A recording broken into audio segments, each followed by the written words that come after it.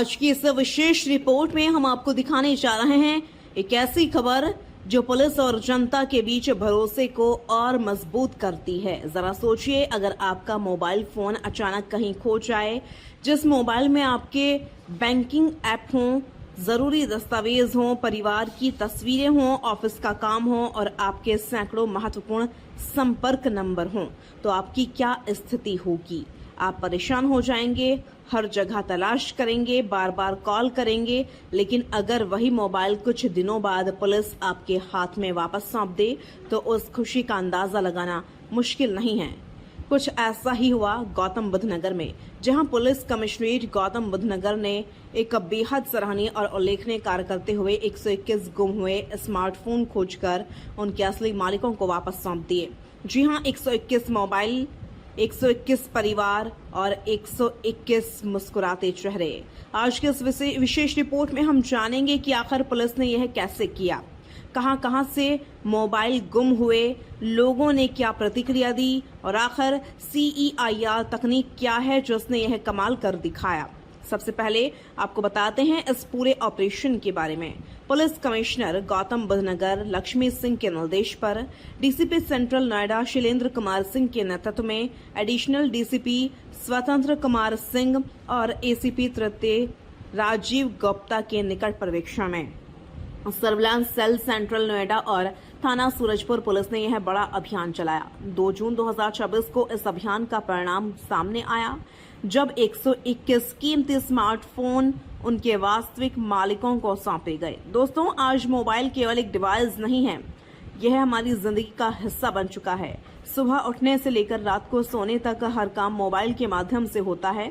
Online banking, UPI payment, office का काम, पढ़ाई, दवाइयों की जानकारी, आधार कार्ड, पैन कार्ड और ना जाने कितनी महत्वपूर्ण चीजें मोबाइल में मौजूद रहती हैं। ऐसे में मोबाइल खोना किसी बड़ी परेशानी से कम नहीं होता।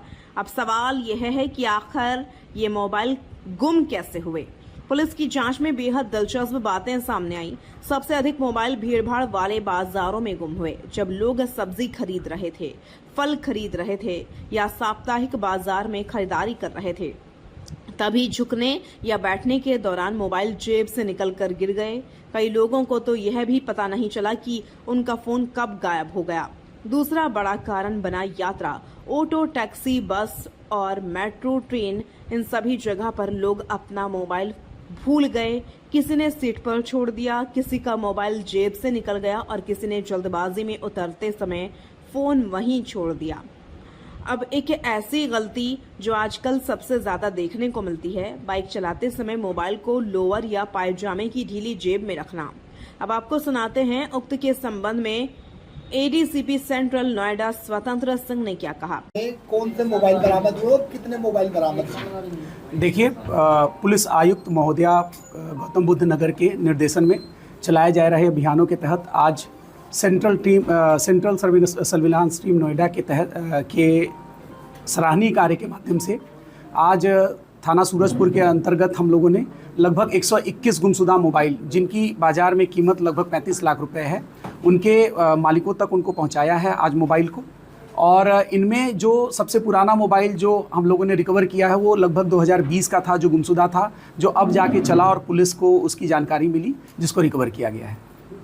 सर, कहाँ से ये रिकवर हुआ है? मतलब किस?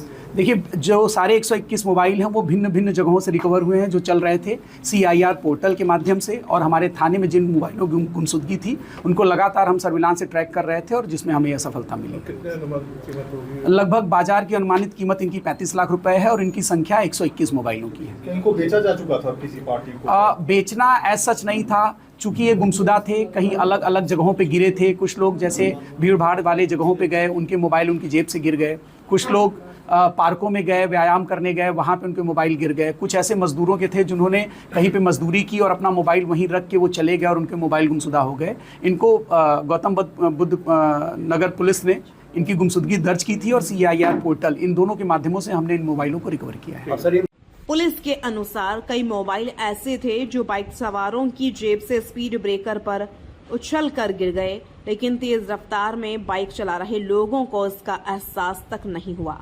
अब बात करते हैं पार्कों की। कई लोग सुबह शाम पार्क में वॉक करने जाते हैं, कुछ व्यायाम करते हैं, कुछ बच्चे खेलते हैं।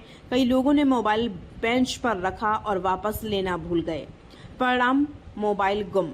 लेकिन सबसे दिलचस्प मामला सामने आया शादियों से। जी हां, बारात में डांस करते समय नाचते गाते हुए कई लोगों के मोबाइल जेब से गिर गए। कई बार शादी समारोह खत्म होने के बाद लोग घर लौट गए, लेकिन मोबाइल वहीं रह गया। कुछ मोबाइल ऐसे भी मिले जो शराब के नशे में लोगों के हाथ से गिर गए थे। नशे की हालत में व्यक्ति को याद ही नहीं रहा कि मोबाइल कहाँ छूट गया। बड़े आयोजनों, मेले, सार्वजनिक कार्यक्रम और भीड़भाड़ वाले आयोजनों में भी मोबाइल बड़ी संख्या में गुम हुए। अत्यधिक भीड़ होने के कारण लोगों को पता ही नहीं चला कि फोन कहाँ गिर गया।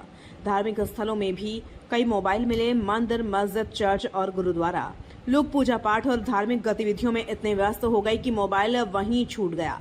कुछ मामलों में बच्चे भी जिम्मेदार निकले। बच्चे गेम खेलते हुए मोबाइल कहीं रखकर भूल गए और बाद में परिवार परेशान होता रहा। अब सबसे बड़ा सवाल, पुलिस ने इतने मोबाइल खोजे कैसे? इसका जवाब है CEIR यानी सेंट्रल इक्विपमेंट आइडेंटिटी रजिस्टर।